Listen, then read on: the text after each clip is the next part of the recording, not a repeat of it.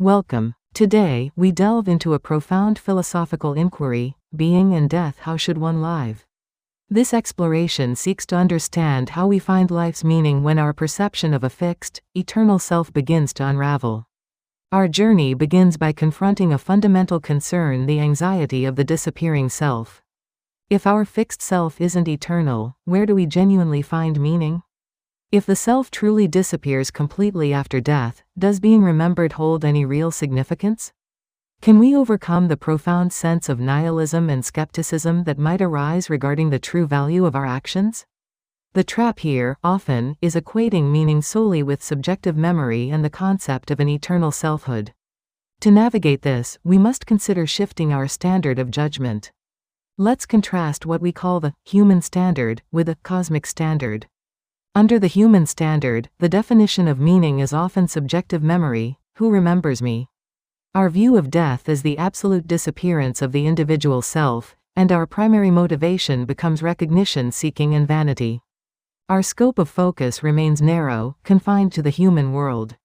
However, the cosmic standard offers a different perspective. Here, meaning is defined by the objective production of difference within the world's arrangement. Death is viewed as the unfolding of a new arrangement, a phase transition, and our primary motivation shifts to contributing forces, rhythms, and intensities to the whole. Our scope expands to the apeiron, the entirety of being. From this cosmic perspective, meaning is understood as the objective production of difference.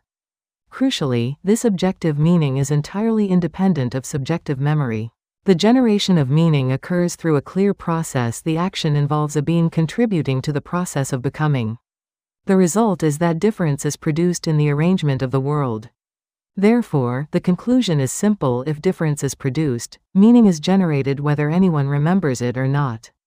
Ultimately, we are capacities altering the flow of causation.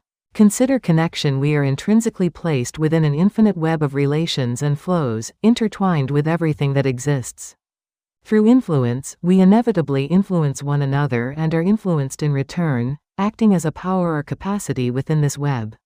This leads us to fate: whether individuals exist or not, this eternal process of causation and circulation is the destiny of all that is.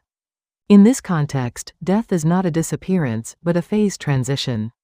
It's merely the unfolding of a new arrangement. The forces, rhythms, and intensities generated in life do not vanish, they remain as conditions for another becoming. This involves returning to the great flow of life through dedifferentiation. We move from a differentiated capacity, in life, through the phase transition of death, into a state of dedifferentiation, contributing to what we might call a cosmic memory.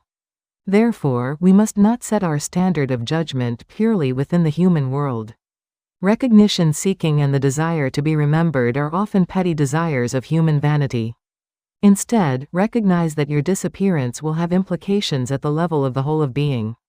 Establish your standard at the level of the whole of reality, the apeiron itself. This brings us to a profound singularity: a universe asking, why? Rocks do not question meaning. Stars do not ask. Galaxies do not ask. And yet, within this vast, indifferent universe, a being appears and asks, does being as a whole have meaning? This is a pivotal event, the very moment in which being first begins to question itself. This leads us to the ontological argument for cosmic meaning.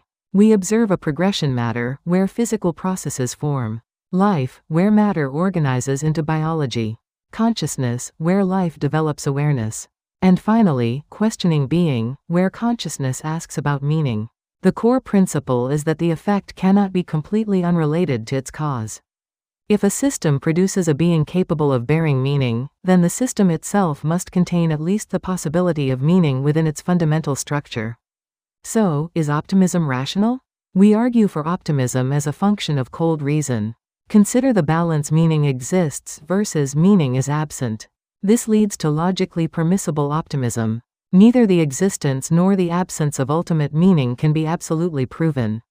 However, because meaning has, in fact, emerged through human consciousness, the universe cannot be dismissed as a wholly futile system. Therefore, optimism is not an irrational leap of faith, it is an act of reason based on an open, logically admissible possibility. This perspective provides us with the ultimate metric for the here and now. Can you produce more difference? Can you bring about more becoming? Do not worry about what will remain behind after your disappearance. Instead, judge your actions with the best wisdom and conscience you possess, and enjoy yourself to the fullest today, knowing that your being matters. This understanding culminates in the eternal recurrence of causation. What comes after death is the direct result of life. The afterlife, as traditionally conceived, is an unnecessary hypothesis. Our focus should be on the living cause. This involves 3 stages. First, living becomings, where we create difference and rhythm in the present. Second, phase transition death, which is the unfolding process where individual capacity is released back into the whole. And finally, posthumous arrangements, which is the expanded nature of our being. The afterlife is strictly determined by the rhythms created during our living becomings. This is our manifesto for the apeiron. Be optimistic about death and affirm life. The unique path of becoming that you create becomes the very foundation of new arrangements in the cosmos. To live here and now with your best form, to fully actualize your capacity, is to act in accordance with the deepest purpose of the universe itself.